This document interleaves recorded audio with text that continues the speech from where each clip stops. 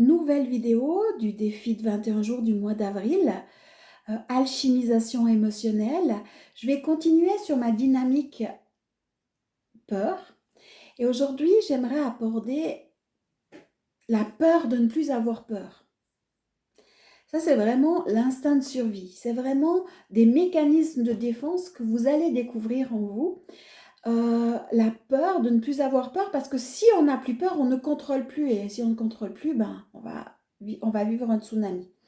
Et ça, c'est vraiment important de prendre conscience de cette peur, de ne plus avoir peur, et qu'on s'inflige à nous-mêmes la peur pour se dire, ok, mais c'est inconscient, hein, mais quand vous allez commencer vraiment à les défaire et vivre cette alchimisation intérieure, ben vous allez vraiment voir qu'à un moment donné, oh, j'ai plus peur. Et puis c'est comme si vous aviez besoin de vous recréer cette peur. Donc vous pouvez alchimiser, si vous le souhaitez, la peur de ne plus avoir peur, d'effacer les croyances sur la peur, vraiment, alors avec le protocole d'effacement que vous trouvez, c'était le défi du mois passé, vous trouvez sur le groupe Espace Thérapie, ou peut-être que vous l'avez parce que vous me l'aviez demandé, mais c'est un autre enfermement, et là c'est même plus subtil parce que c'est nous-mêmes qui nous infligeons à nous-mêmes de rester dans cette prison. Et c'est sûr, quand on a peur, mais c'est pour toute chose. En plus de ça, comme je l'ai expliqué dans les dernières vidéos, il y a des peurs qui vibrent dans notre corps, qui sont des mémoires karmiques, ou des mémoires d'une autre époque, même si c'est dans cette vie-ci, mais qui ne sont pas alignées avec l'ici et maintenant. Et cette peur, elle nous empêche d'être dans l'instant présent, dans l'ici et maintenant, d'être dans le discernement, d'être dans son alignement et à sa place. Et on prend les peurs transgénérationnelles, les peurs qu'on nous transmet par la télé, par le côté social, collectif. Ouais, mais si j'ai plus peur, alors voilà. Prenez conscience de ça. Prenez de cette peur de ne plus avoir peur. Ça, c'est super important. Parce qu'au moment où vous en sortez, alors ce sera petit à petit, vous serez là puis vous direz, ah mais en fait, ouais, la vie elle est tout à fait vivable. On peut rester dans cet état, même si il y a un tsunami, même si on vit un tsunami émotionnel, même si on vit le chaos, parce qu'on va rester dans le cœur du cyclone, et puis on va être observateur. Déjà, on ne sera pas atteint, on ne sera pas touché. Et puis, dans un deuxième temps, plus vous serez en paix, plus l'espace de paix sera grand en vous, ben, plus vous rayonnerez cette paix et moins vous attirez des situations merdiques. Et ça aussi, c'est important de comprendre la loi de l'attraction. Comme on est tous dans un biotope, dans un environnement tortueux, malsain et empoisonné, l'humain, il est tortueux, malsain et empoisonné, il est construit sur la peur. Vous prenez la séparation originelle, il a oublié qui il était. Mais c'est un jeu, il a décidé de jouer, on a tous décidé de jouer ce jeu. Et on s'est construit sur la séparation et l'oubli de soi-même et les 5 blessures de l'âme, entre autres. Il y en a certainement d'autres, mais on va déjà partir de ça. Donc, dans notre ADN, mais d'origine, alors la toute base, on a le programme où on est unité et tout ça. C'est resté là. Mais comme on a été bridé, on a décidé de se faire brider. J'aime pas dire on a été bridé parce qu'en fin de compte, c'est un choix. On a oublié. Mais dans toutes les vies, on s'est construit sur la peur, sur le manque, sur la séparation.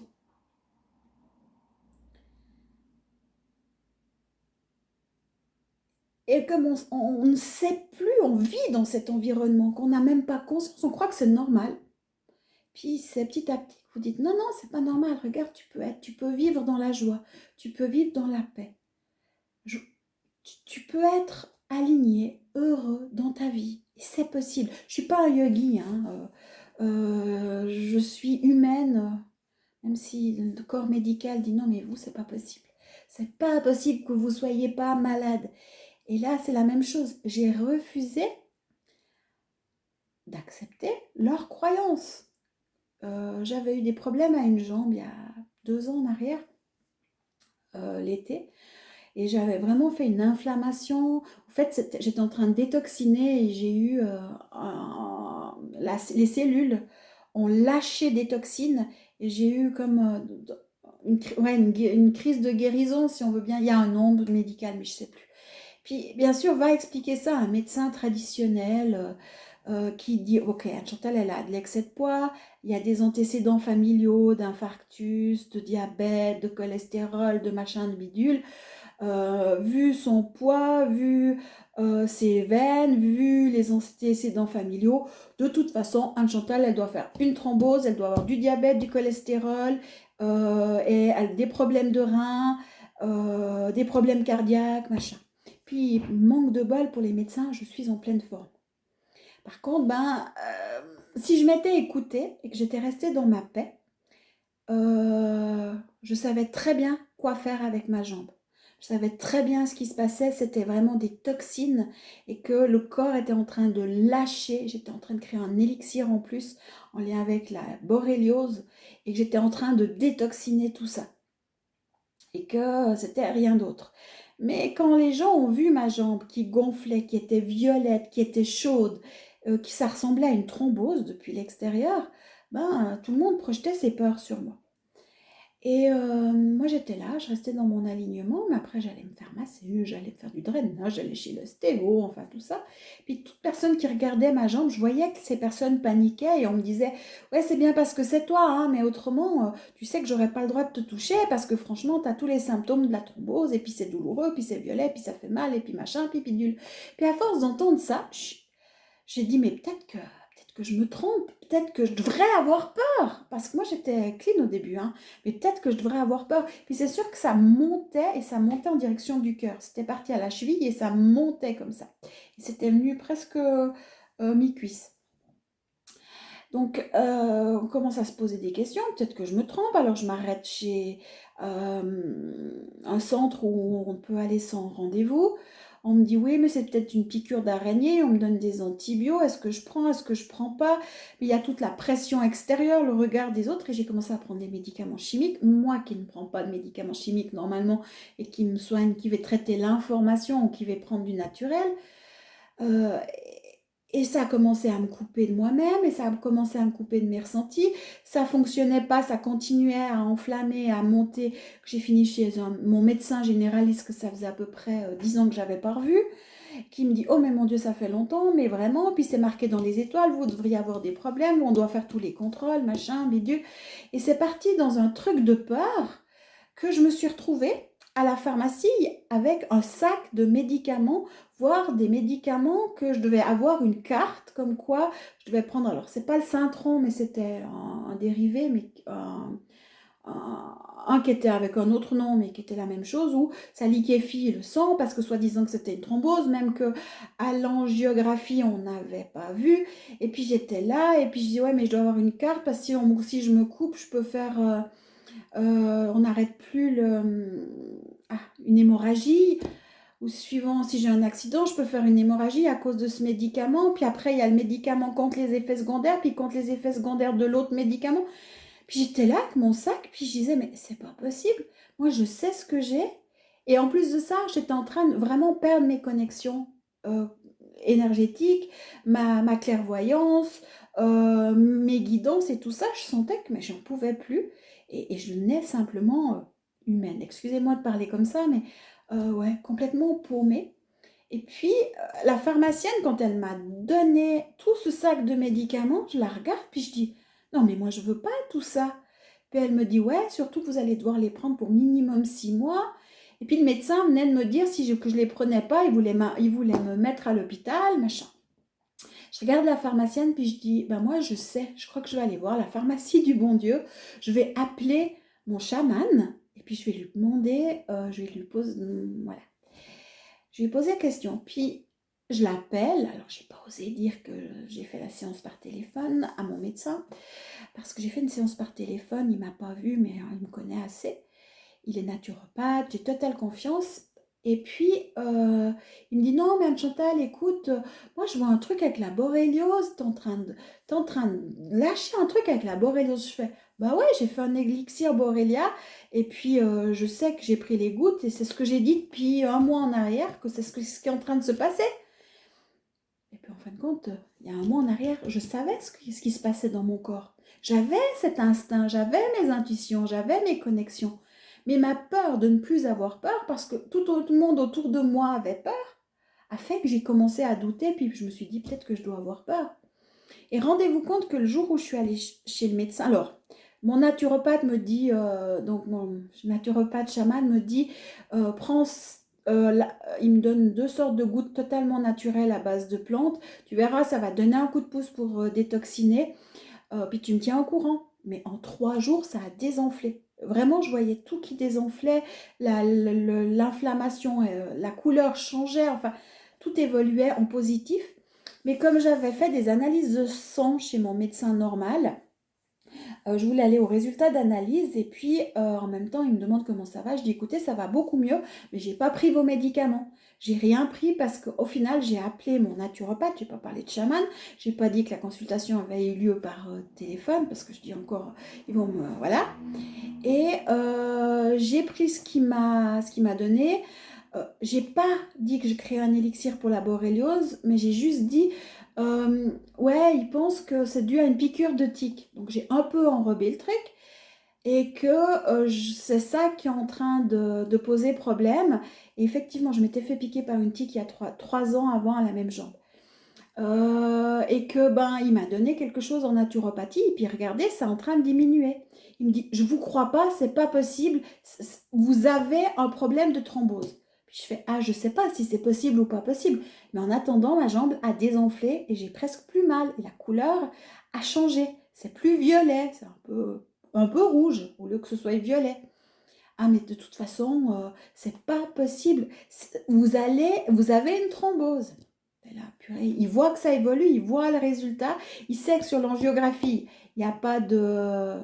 Les veines, elles étaient nickel, mais lui, il tenait bon, et puis voilà. Alors après, il me lit les résultats d'analyse, puis il me dit encore, ah ouais, mais à part ça, vos résultats d'analyse sont parfaits, mais de toute façon, vous, c'est écrit dans les étoiles, vous allez avoir des problèmes de diabète, de cholestérol, rein, cardiovasculaire, parce que vous avez des antécédents familiaux, puis vu votre excès de poids. Alors oui, la seule chose que j'ai appris vraiment, que je ne savais pas chez le médecin, c'est que j'étais obèse. Alors ça, c'était la grande nouvelle, et voilà. Et mais même au niveau de ma pression, tout était parfait, mais vraiment nickel, aucun souci. Et il voulait me donner rendez-vous une fois par mois pour aller faire des contrôles au cas où, justement, j'aurais ces problèmes. Et c'est là, si je vous parle de ça, c'est pour vous montrer que je me suis fait avoir dans la peur de ne plus avoir peur. Parce que tout le monde autour de moi avait peur. Et je me disais, mais peut-être que je me trompe, parce qu'en fait, quand moi, j'ai pas peur, je sais ce qui se passe dans mon corps, je suis assez instinctive, je suis assez connectée pour savoir que ça nettoie, que c'est une épuration, qu'il y a une crise de guérison avec l'élixir de la boréliose que j'ai fait, parce que bien sûr, moi, je me trempe dans le truc, hein, je veux dire, je vis quand je crée un élixir, je le vis à l'intérieur de moi. Donc, c'est vrai que j'avais été de façon très très forte. Et, mais l'extérieur qui était en panique, ben peut-être que voilà. Et ça m'a mis le doute. Et au moment où j'ai repris mon pouvoir en disant, non, moi ma nature c'est de pas avoir peur, je garde confiance, je me fais confiance. Ben, mes connexions sont réapparues. J'ai dû aller drainer, j'avais pris les antibiotiques, j'ai été les drainer. Comme on n'est pas prophète dans son propre pays, j'ai demandé à quelqu'un de le faire pour moi. Parce que comme ça, mais j'ai demandé à quelqu'un que je sais et à qui j'ai totale confiance. Je me suis créé mes élixirs, mes machins, mais j'ai fait contrôler à quelqu'un pour que ce soit OK, pour que le regard d'extérieur soit OK, mais c'était de façon de manière énergétique. Et après, ben, c'était une expérience pour moi super enrichissante parce que c'est là que tu vois ne rentre pas dans la peur des gens. La peur de ne plus avoir peur. C'est totalement ça. Et quand on a peur de ne pas avoir peur, après on peut se faire envelopper, englober. Et si j'avais écouté ce charmant médecin qui me voulait certainement que du bien, j'ai rien contre lui, simplement qu'il a ses propres filtres, ses propres croyances, eh ben je serais sous médicaments et je vous parlerai peut-être pas aujourd'hui. Parce que selon lui, je devrais être gravement malade. Voilà, c'était la suite. Donc, alchimiser, je vous invite à travailler votre peur, vos émotions aussi qui peuvent remonter, c'est super important. Parce que à l'intérieur de vous, dans vos structures, dans votre corps, souvenez-vous qu'on vit dans un biotope qui est complètement pourri. L'humain est pourri parce que ses fondations partent de la peur, de la survie et non pas de l'unité. Et on a tout à reconstruire, on a tout à épurer. Allez, prenez soin de vous.